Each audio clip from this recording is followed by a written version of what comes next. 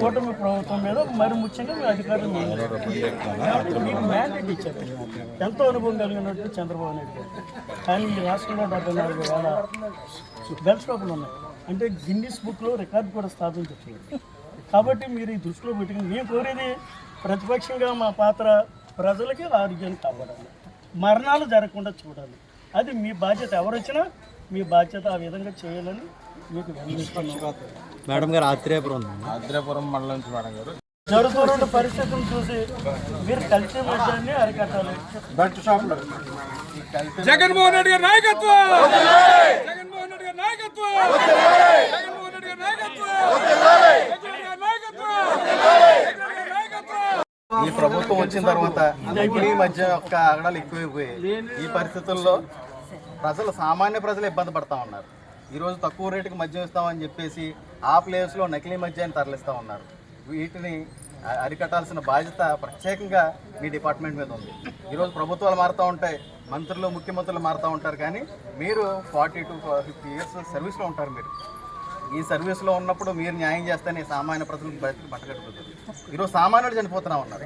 ఈ పరిస్థితుల్ని దృష్టిలో పెట్టుకుని మీరు ఖచ్చితంగా వీటి మీద చర్యలు తీసుకోవాలి. కొత్తపేట నియోజకవర్గంలో జగ్గిరెడ్డి గారి ఆధ్వర్యంలో ఈరోజు మేము ఈ కార్యక్రమం చేస్తూ ఉన్నాం. సామాన్యుల తరఫున మేము పోరాటం చేస్తూ ఉన్నాం. వైఎస్ఆర్ కాంగ్రెస్ పార్టీ తరఫున మీరు సహకరిస్తేనే ప్రజలు బ్రతికి బట్టగడుగుతారు. కాబట్టి మీరు ప్రత్యేకమైన శ్రద్ధ తీసుకుని ఈరోజు మా నాయకులు చెప్తున్నట్టు ఎక్కడైతే పాఠశాలలు అదేవిధంగా దేవాలయాలు ఉన్నాయో, వాటి చర్చిలు ఉన్నాయో, వాటి దగ్గర ఈ బెల్ట్ షాపులు కానీ బ్రాండీ షాపులు కానీ నియంత్రించి, అదేవిధంగా ఈ నకిలీ మద్యం ఏ విధంగా వస్తుందో మీరు కూడా ఎక్సైజ్ డిపార్ట్మెంట్లో గతంలో మా ప్రభుత్వం ఉన్నప్పుడు ప్రతి చోట కూడా అప్పుడు ప్రభుత్వ తరపునటువంటి మద్యం షాపులు నడుస్తున్నా కూడా మీరు వాటి మీద దాడులు చేసేవారు, ఎంక్వైరీ చేసేవారు. ఇప్పుడు దాడులు జరిగే పరిస్థితి ఎక్కడా లేదు. అంటే ఇది ఖచ్చితంగా ప్రభుత్వం ఆధ్వర్యంలో జరుగుతున్న కల్తీ మద్యం అనేది ప్రతి ఒక్కరు కూడా అర్థం చేసుకోవాల్సిన విషయం ఇది. కాబట్టి మీరు ప్రత్యేకమైన శ్రద్ధ తీసుకుని వీటి మీద దాడులు చేసి ఈ కల్తీ మద్యాన్ని ఏరివేయకపోతే సామాన్య ప్రజలు ఈరోజు ఎంతోమంది చనిపోయారు.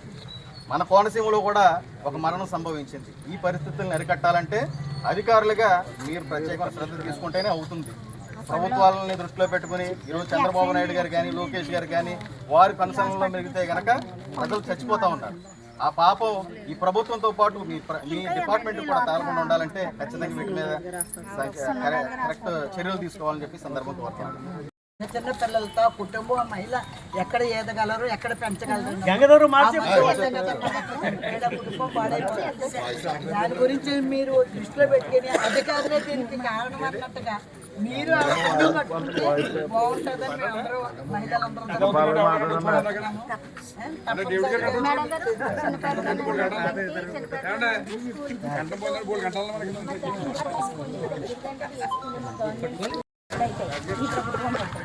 చాలా మంది మహిళలు విధవరాలు అయిపోతున్నారు.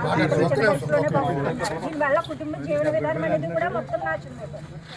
మరి వీళ్ళు ఇస్తారన్న పథకాలు ఏమి కూడా ఈ మధ్యలో ఎక్కువ విజృంభిస్తున్నారు. ఎక్కడ పడితే అక్కడ బెల్ట్ షాపులు, స్కూళ్ళ దగ్గరలో కూడా బెల్ట్ షాపులు నిర్వహిస్తున్నారు. చాలా అస్తవ్యస్తంగా ఉంది. మీ డిపార్ట్మెంట్ వాళ్ళు మాత్రమే చర్య తీసుకోవాలి. కనుక మేము మహిళలందరి తరఫున మేము మాట్లాడుతున్నాం. ప్రత్యేకించి చాలా మంది చనిపోతున్నారు. కనుక మీరు ఖచ్చితంగా వారి మీద చర్యలు తీసుకోవాలని మేమందరం కూడా మరి మా ఎక్స్ఎమ్మెల్యే గారి తరఫున మిమ్మల్ని మేము కోరుతున్నాం.